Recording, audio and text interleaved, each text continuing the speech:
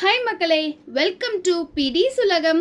இன்னைக்கான சாட்டர்டே சீரீஸில் எந்த கோவிலின் புராணத்தை பற்றி தெரிஞ்சுக்க போகிறோம் அப்படின்னா, திருச்சானூரில் கோவில் கொண்டுள்ள பத்மாவதி தாயார் அவர்களின் சிறப்புகளை பற்றியும் அந்த கோவில் எப்படி உருவானது அப்படிங்கிற தல புராணத்தை பற்றியும் தான் இன்னைக்கான வீடியோவில் பார்க்க போகிறோம். நான் நேற்றைய வீடியோலேயே சொல்லியிருந்தேன், திருப்பதி மற்றும் அதை சுற்றியுள்ள கோயில்களின் தல புராணங்களை இனி வரும் வீடியோக்களில் பார்க்கலாம் அப்படின்னு. அதற்கான முதல் அத்தியாயம் தான் இந்த திருச்சானூர் கோவிலின் வரலாறு. வாங்க வீடியோக்குள்ள போகலாம். இந்த திருப்பதி கோவில்ல கனகாம்பர பூவையும் கறிவேப்பிலையையும் எந்த ஒரு சிறப்பு வழிபாடுலையும் இவங்க சேர்த்துக்கிறதே இல்லையா. அதற்கான காரணத்தை நான் பின்னாடி சொல்றேன்.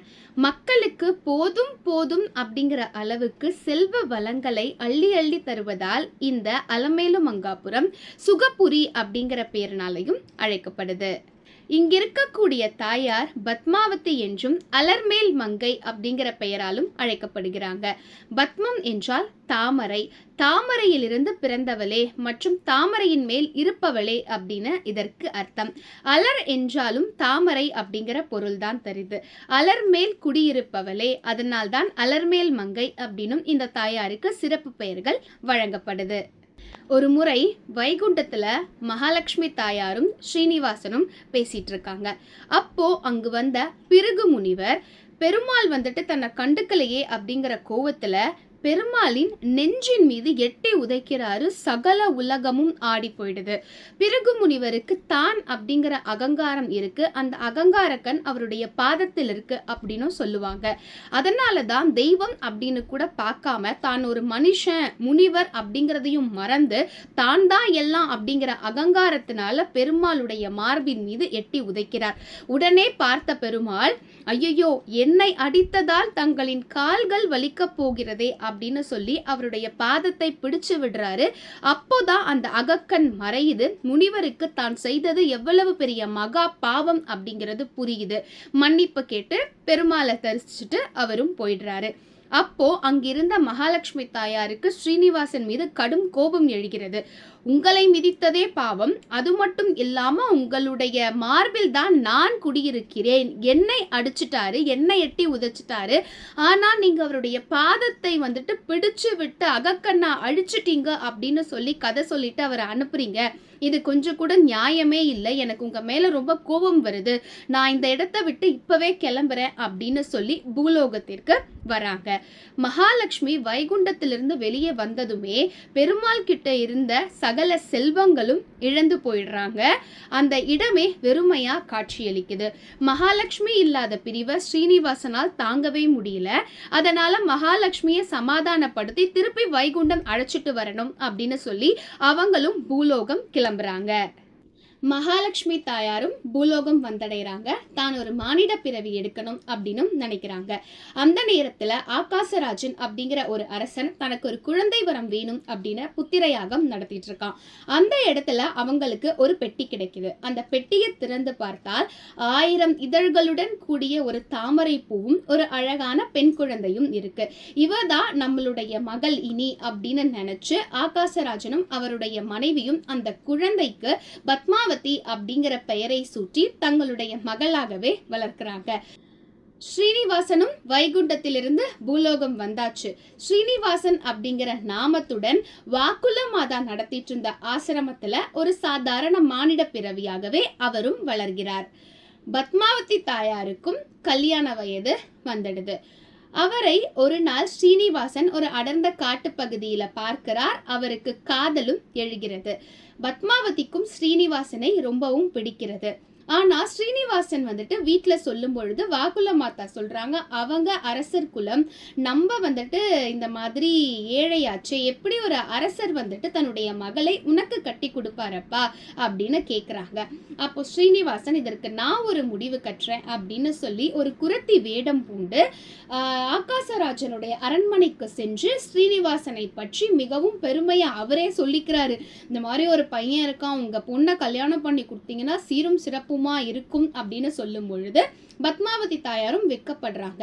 அப்போ ஆகாசராஜனும் அவருடைய மனைவியும் பாக்குறாங்க, என்ன சம்பந்தமே இல்லாம நம்ம பொண்ணு வெக்கப்படுறாளே அப்படின்னு.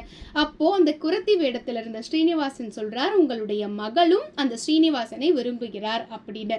அப்படியா, சரி, இனிதே உங்களுடைய திருமணத்தை நடத்தி வைப்போம் அப்படின்னு ஸ்ரீனிவாசனுடைய தாயாரை கூப்பிட்டு பத்மாவதி தாயாரின் அம்மாவும் அப்பாவும் திருமண ஏற்பாட்டுக்கு முடிவு பண்றாங்க.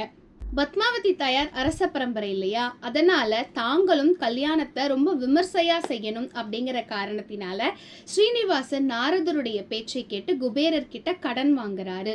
1,14,00,000 ராம நிஷ்காம பொற்காசுகள் வந்துட்டு குபேரர் கிட்ட இருந்து ஸ்ரீனிவாசன் வந்துட்டு கடனா வாங்குறாரு.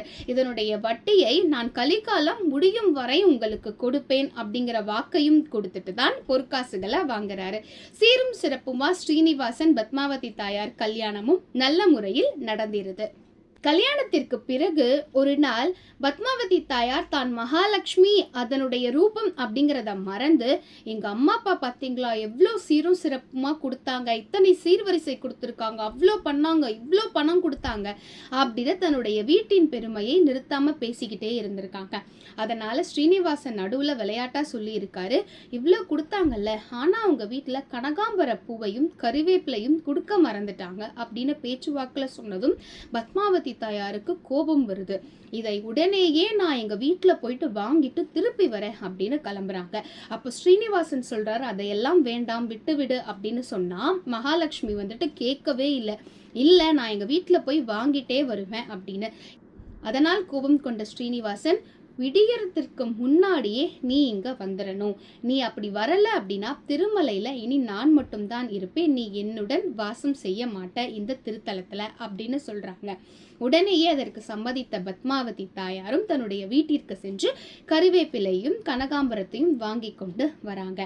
ஆனா அவங்க திருமலை வந்தடையறதுக்கு முன்னாடியே விடிஞ்சிடுது. அவங்க நின்றுட்டு இருந்த இடம்தான் அலமேலும் மங்காபுரம். அதனால அவங்களால திருமலை வர முடியாமலே போயிட்டது.